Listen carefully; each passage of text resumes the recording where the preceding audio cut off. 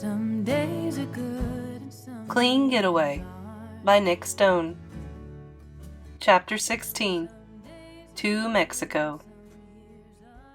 This time Scoob is pulled from slumber by the fatty fragrance of bacon, which would normally be great, but right now he's literally lying on pieces of Gmal's greatest treasures. That photo of G-Pop beneath the old hotel marquee in Meridian? It's dented in the middle and has drool crusted over half the guy's face. Not good. He gently shifts, doesn't want Gmal to know he's up until he can at least get all her stuff back in the treasure chest. He'll sneak it back down and slip it in a drawer while she's in the bathroom or something. Hopefully she hasn't noticed it's missing. The lid creaks as Scoob's lowering it to secure the latch, and he freezes. Thankfully, there's no reaction from below. He shoves the chest as far into a bunk corner as he can, then takes a preparation breath before shifting his curtain aside to climb down. The driver's side door of the RV opens the moment Scoob's feet touch the floor. He literally jumps and yelps like a scared toddler. Gmal sticks her head into the cab. "You all right there, kiddo?" For a second, they just stare at each other, because Scoob can't get his mouth to move. Too many responses, some true, some not, are colliding in his head and breaking up into floating letters he can't seem to wrangle back into words that make sense.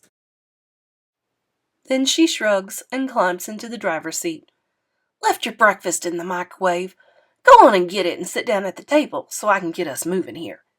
As soon as the door is shut, the rabid funk of cigarette smoke assaults Scoob's nose. That smacks him out of it.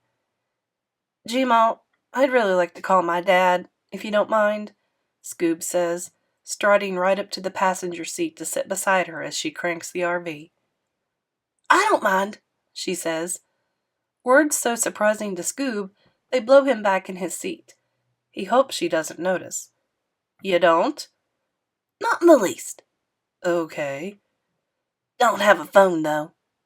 The camper thunks into gear, and Gmal shoots out of their campsite space with more force than Scoob expects. "You... what now?"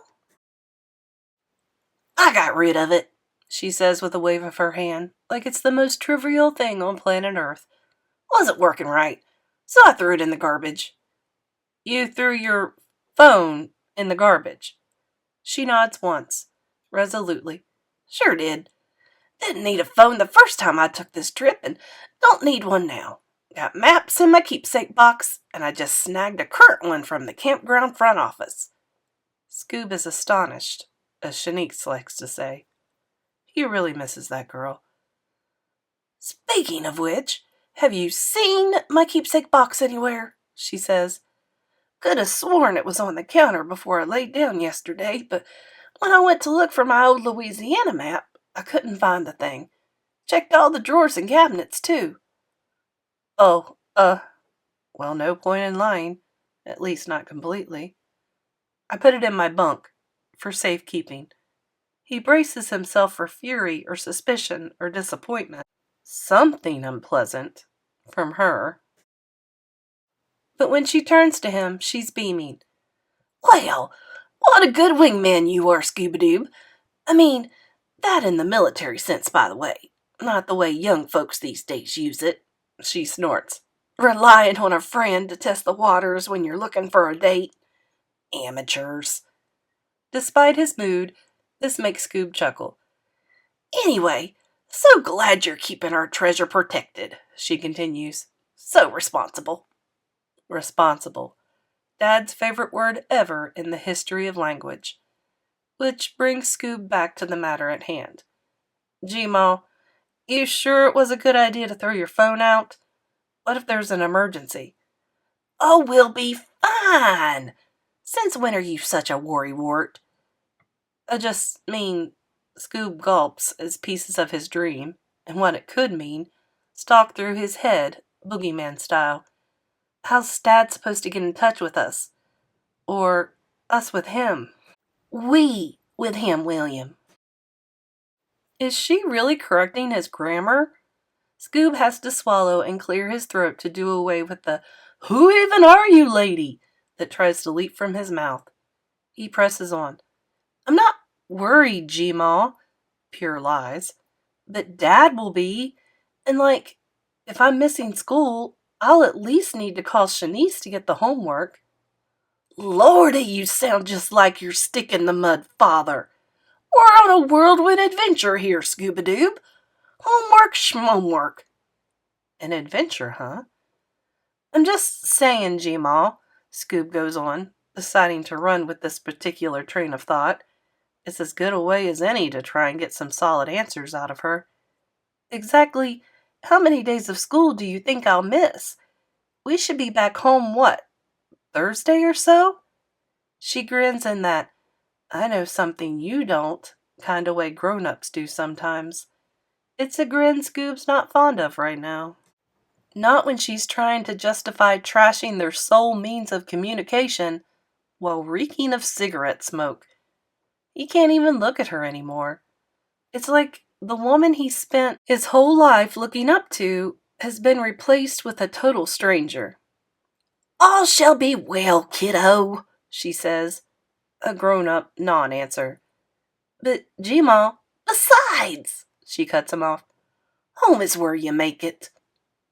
An hour and a half farther across Louisiana, which isn't as far as one would think considering their minimum speed limit pace, G-Ma turns the music down and signals to exit the freeway. Gas gauge is practically on E. Scooby-Doo, did you know the Louisiana state song is You Are My Sunshine? She asked. Scoob did know that. It's one of the 5 Louisiana fun facts staring at him from a small box in the top right corner of the Louisiana section of his map. Fun facts he's been reading and illustrating all over the state for who knows how long. A couple others. 1. The highest point in the state is Mount Driscoll at 535 feet above sea level, which is less than 2% of the height of Mount Everest. And 2. The state flower is the magnolia. Yeah, it's pretty cool. Want to hear something else about Louisiana? They turn right. Sure, 'cause why not? This is the state where a girl, named Ruby like me, was the first black person to go to a white school here in the South. Wait, no way. You mean Ruby Bridges? Oh, you know of her then. Dad told me about her in 4th grade. Scoob looks all around him. There are banks and restaurants, gas stations, even a Walmart supercenter. And he knows it was a long time ago, but to think a thing like that happened in a place as normal looking as this? That happened here? He says. Not here, in Shreveport, no. New Orleans. But it was still a big deal for the state. Prior to her first day in 1960, schools in this part of the country were completely segregated. G-Ma turns into a gas station and parks at a pump. And as she reaches for the door handle, the truth smacks Scoob. G-Ma! Her eyebrows lift. Yes, William? He has to turn and look at her. Your school had only white kids when you were my age? Yep. Whoa. What was that even like? She shrugs. It was my normal. Didn't think anything of it when I was in it. So you didn't have any black friends when you were a kid? Not a one. Dang. But enough about that now. She pats his knee. Let's not dwell on the past, Hop on down so we can grab refreshments while the gas is pumping. Scoob does as he's told, but he winds up regretting it, because as soon as they step inside the convenience store, the white clerk behind the counter looks between him and G-Ma, and her eyes narrow. He refuses to look away this time, even when, without taking her eyes off him, said clerk tugs the sleeve of a different clerk, whispers something to him, and then he looks in Scoob and G-Ma's direction, suspiciously. Strawberry or brown sugar cinnamon Pop-Tarts, kiddo, G-Ma calls out, none the wiser. He sighs and heads to where she's studying options in the unhealthy snack aisle. You pick, G-Ma. She turns to study his face. You all right, Scooby-Doo? Yeah, can't face her as he lies, so he pretends to skim the potato chip options. I'm fine. Except he's really not fine now, because he can see the mail clerk restocking something nearby, and the guy keeps peeping in Scoob and Gmaw's direction. Scoob's had enough. I'm going to get some air. And he walks away, eye stabbing both clerks, before Gmaw can say a word. She unlocks the RV as she exits the store, and Scoob climbs in and sits fuming while she replaces the gas pump. Probably should have offered to do that for her, but, well, he's not in the mood. The second she's in her seat, she looks in his direction and opens her mouth to speak, but he beats her to it. Gmaw, how'd you and G-Pop meet? She blinks, like she's caught off guard. Filling station, she says. Why do you ask? Where's that? Were you catching a train or something? Now she laughs. We're at a filling station.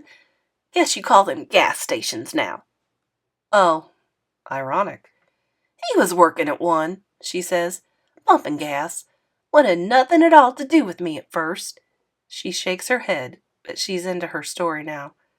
I tell you, Scooby-Doob, the excuses I came up with to visit that station as often as possible, whew, wore him down little by little, though. What made you want to date him, especially back then?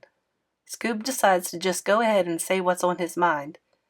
I'm sure you knew people would be opposed to it, right? Why put yourself through pain for someone you didn't know? He's really hoping she doesn't say love at first sight or something bananas like that. Don't know, is her response, with a shrug. There was something about him that wouldn't let me go. Stayed true for as long as we were together. Wasn't bad to look at either. She winks. Gross.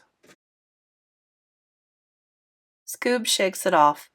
So what'd he go to jail for? Like, I know it was grand larceny. Uh-huh. Theft. Yeah, but what'd he steal? She didn't respond at first, but he's got a hunch that she will. She's got her baby blues all squinched up behind her glasses, and she worrying, as she heard her say when he's doing it, her bottom lip between her teeth. Then she shifts her focus out the window. His conviction involved money and jewelry, but, she sighs, it's complicated, Scooby-Doob. Bottom line, he was unjustly imprisoned. Yes, he did some stealing, and yes, stealing is wrong, but he didn't steal everything the police said he did. She doesn't go on. Scoob's turn to be responseless now. We just need to get to Juarez, she says. Suddenly energized, she puts the RV in gear. Scoob opens his mouth to speak, but changes his mind. There's nothing left to say. Everything will be fine then. They're going. We'll get there and I'll finish. She sits up straighter. We just gotta get to Mexico. Some days are good and some years